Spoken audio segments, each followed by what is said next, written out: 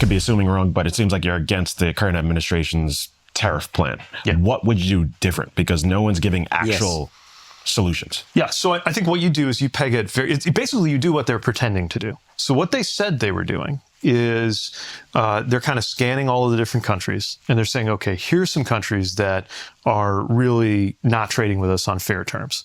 Like they're restricting our trade with them, or they're artificially manipulating their currency. China does this for sure. What does that mean? Right? To artificially manipulate your currency? So in a nutshell, the cheaper the exchange rate, the more you're going to export because the cheaper your goods are, right? So the strong dollar, right?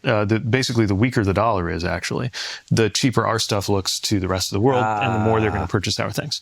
So if you're China, one thing you're going to do is it sounds counterintuitive. Like usually you think like a nationalistic country, we want our currency to be super strong. You make your currency cheap, so you have a competitive advantage. Yes. Now, how does that like think about if you ever traveled in like Southeast Asia and the dollar's doing really strong, you're like, wow, I'm going to buy like everything here in Thailand. It's the first thing, right? Like when you go to Europe and you find out the euro's like, there are moments where it's like under the dollar, and you're like, oh my God, let's go. I'm getting this hotel. Dude, if I go to India, I want a 5-star hotel. It's $200, $300 a night. Right. So that applies on everything from your experience as a tourist to like major industrial production, right? And how does one do that? Do they print more money? So you can print more money. You can buy and sell bonds. You can.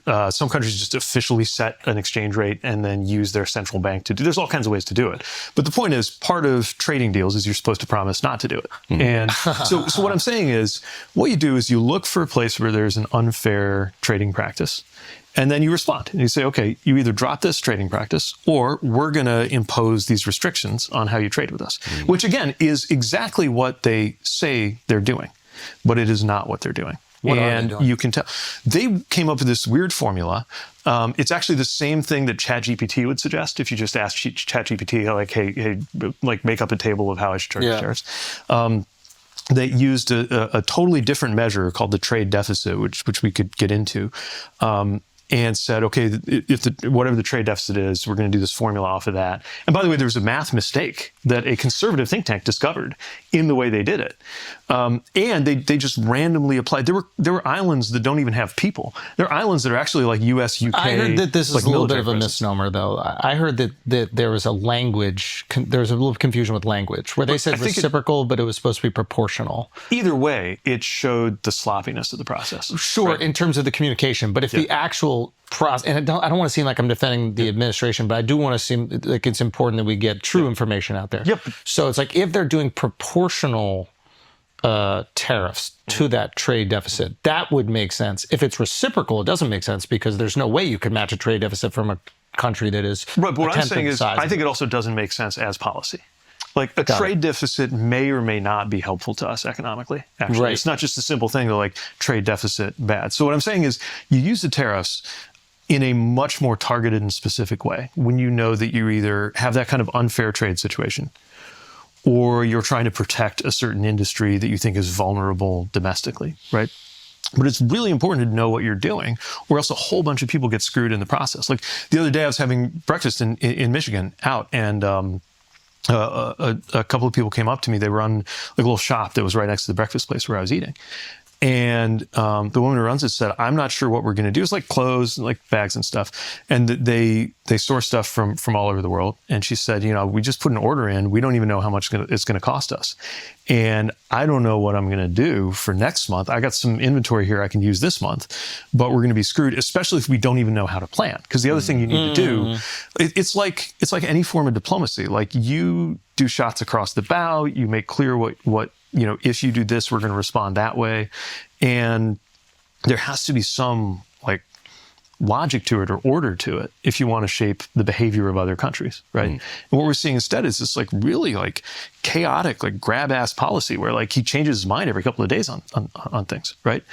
And that makes it that much harder, especially if you're a small business or if you're a giant corporation. You have all kinds of hedges and like ways you can maneuver through this. Or they'll just remove the tariffs.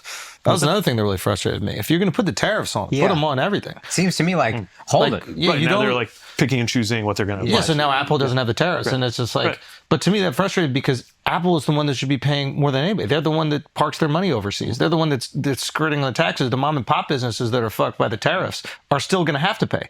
So now you're disproportionately punishing the people that are actually doing the right thing for the country in the first place. They're building their small businesses. They're paying into the system. And I do think one thing that, again, I don't like the way it's executed. I don't agree with a lot of things that are happening in this administration. But I do like that it kind of shone a light on something that didn't seem like it was getting talked about by either party, which is there is a lot of decay happening, which I do. That's one thing I have a lot of hope for you, is that you live there, you reside over it, you've experienced it, and you speak to it. And I sometimes wonder if you get frustrated. You have to. I mean, you can find a more diplomatic way of saying it, but have you been frustrated at all with the way that it's worded amongst the Democratic Party, where it seems like it's a lot more identity politics, which matters, but not, to me, it's not as prescient as, I don't know, some people are pressing as people who can't afford to feed their families and are losing jobs. Yeah, especially because like there are a lot of people that I think Democrats are understood to care about. Like low-income people, black and brown people are like disproportionately caught up in the economic pain when something like this happens. And so I do think my party needs to do a much better job, especially with the kind of finger wagging that you're talking about. I think we are like very prone to that. And I've seen it happen on any side. I think a lot of people, you get this sense of like moral conviction, and you're so sure of it that you start to think it makes it okay to be an asshole, because you're deep down, like the thing, and this is like far right and far left movements through the ages. But I think it's definitely true of far right and far left in the US right now. You just think like you can treat people however you want, you say whatever you want about them because like they're evil. They're evil. And if they win, all is lost. And their pain becomes intellectualized. Like you'll see like think pieces of like, why does the South love MAGA? Like how can we like why is neo-Nazism on the rise through like a chart? And I feel like it misses the feeling of, low income people saying like, no, we're in pain. Yeah. And I think pain is a really important place to start, because like if you encounter somebody in pain and you approach that with compassion and you actually listen, that's a very different place to come from than like either how can I use this or how am I going to judge the choices that this person made while in pain. Especially if they have developed, very understandably, a distrust of everybody. Right. So what are things the Democratic Party can do better? Because like you go speak to both sides. Dude, we've begged so many Democrats to come on this platform. You were the only guy that agreed, and then you had to back out allegedly because you had to do debate prep. Oh, okay. Sorry. That seems like a big deal. I'm glad it worked out in the end. Good excuse. What we've been trying to, it was like Mark Cuban, who was obviously a surrogate for the party, and he came on, he was fantastic. But like everybody we asked, is they just wouldn't do it. Yeah, look, there's this even like going on. I don't want to get away from Alex's question. No, but I mean, to your point, like part of it is like, where do we go?